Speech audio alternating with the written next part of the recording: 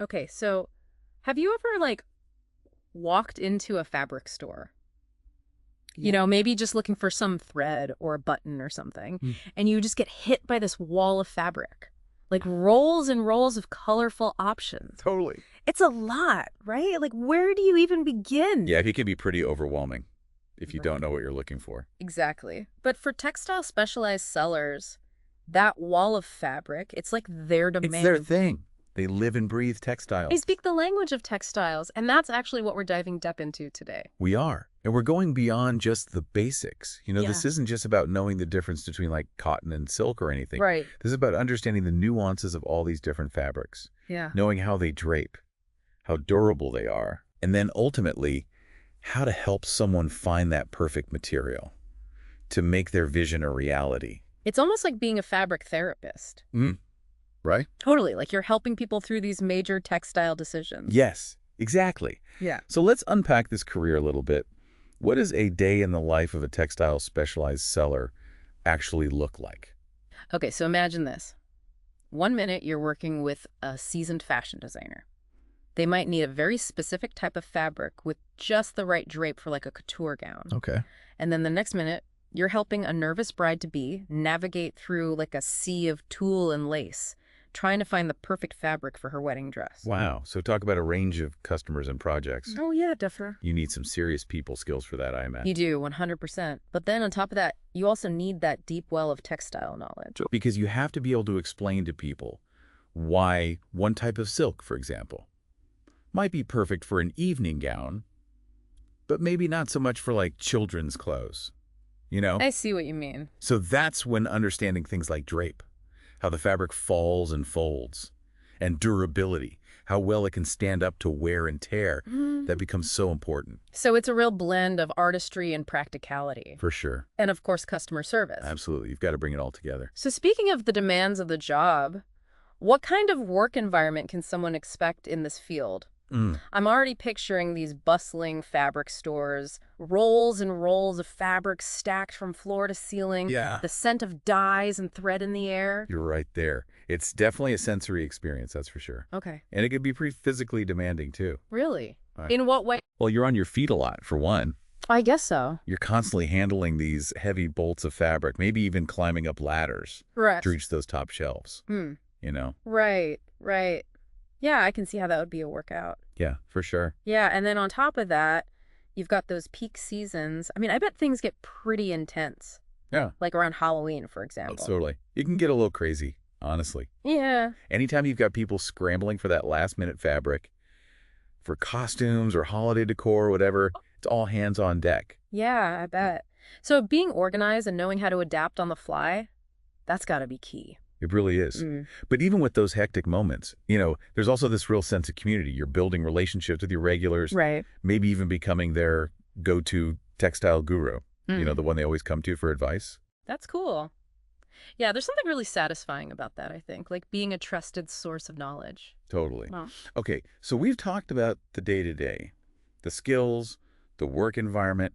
Now let's get down to it. Yeah, let's talk practicality. Exactly. Yeah. Is this career path right for you? What are some of the pros and cons you should be thinking about? All right, let's start with the good stuff. All right, so on the plus side, the demand for textiles, it's pretty much always high. Yeah. People are always going to need clothes, home decor, you name it. That's true. So job security is a definite perk. And as we've kind of touched on, Mm-hmm. there's that huge creative element too. Yeah. You're helping people bring their visions to life. Mm-hmm. And I think that can be incredibly rewarding. Yeah, I get that, for sure. There's something so satisfying about seeing a project come together, especially when you've played a part in sourcing that perfect fabric or whatever. That's exactly. Okay, but let's be real. Right. No sugarcoating. It's not all sunshine and rainbows. Yeah. What about the challenges? What are some of the downsides to this career? Okay. Yeah. Good point. So what are some of those potential drawbacks? Well, for one thing, competition can be fierce. I bet. Especially in bigger cities, I'm guessing. Exactly. You've got all these talented textile professionals vying for those same opportunities. And like we talked about earlier, the physical demands, you got to be ready for that. Yeah. You need stamina for sure. Absolutely. You're going to be on your feet a lot, lifting heavy things, dealing with those occasional chaotic rushes.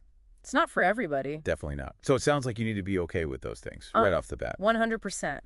But here's the thing. Even though this is a well-established field, it's been around forever, there's also a lot of room for growth and specialization. Oh, interesting. Okay, so tell me more about that. How does somebody move beyond the entry level in this career? Like, what does that trajectory look like? So let's say you start as a textile sales assistant.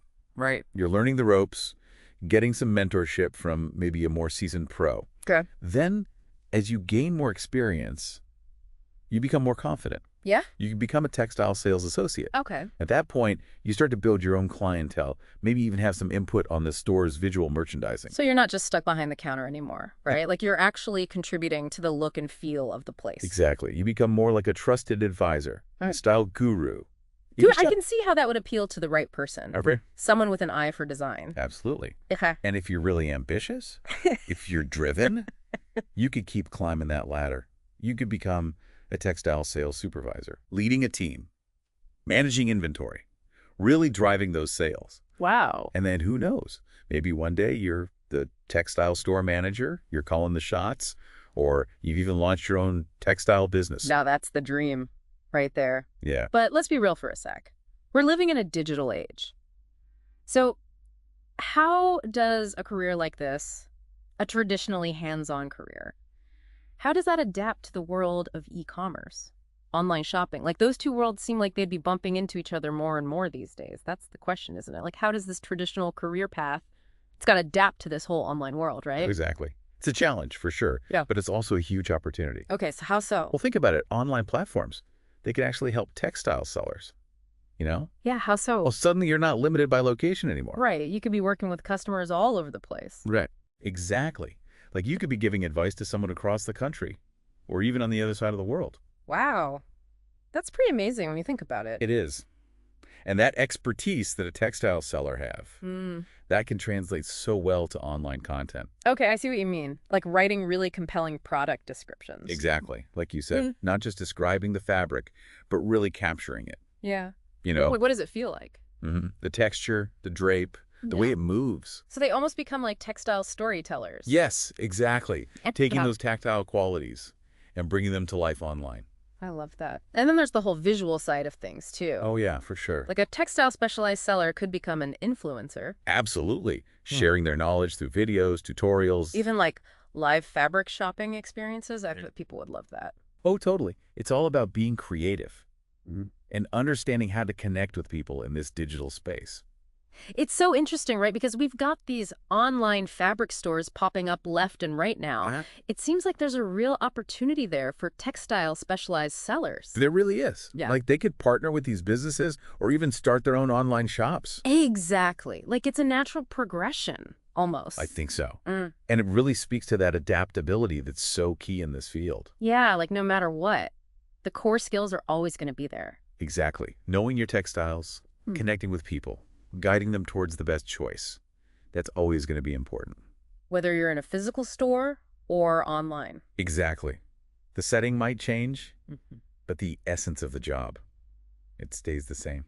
So I think we started out thinking about this as like a deep dive into this one specific career. Right. But it's really become something more than that, hasn't it? It has. We're talking about the evolution of a whole industry. Exactly. And it's exciting. Yeah. Because there's so much potential. Yeah. For people with passion, creativity, and a real love for textiles. Couldn't agree more. So if you're listening to this and you're feeling that little tug, that spark of interest, don't ignore it. Go for it, I say. Yeah. The world of textiles. It's Yeah. vast. It's always changing. There's so much to explore. Exactly. So keep learning. Keep that curiosity alive. And who knows? Maybe we'll see you out there in the world of textiles. That's right. You just might. All right, folks. What's that? Until next time, happy exploring.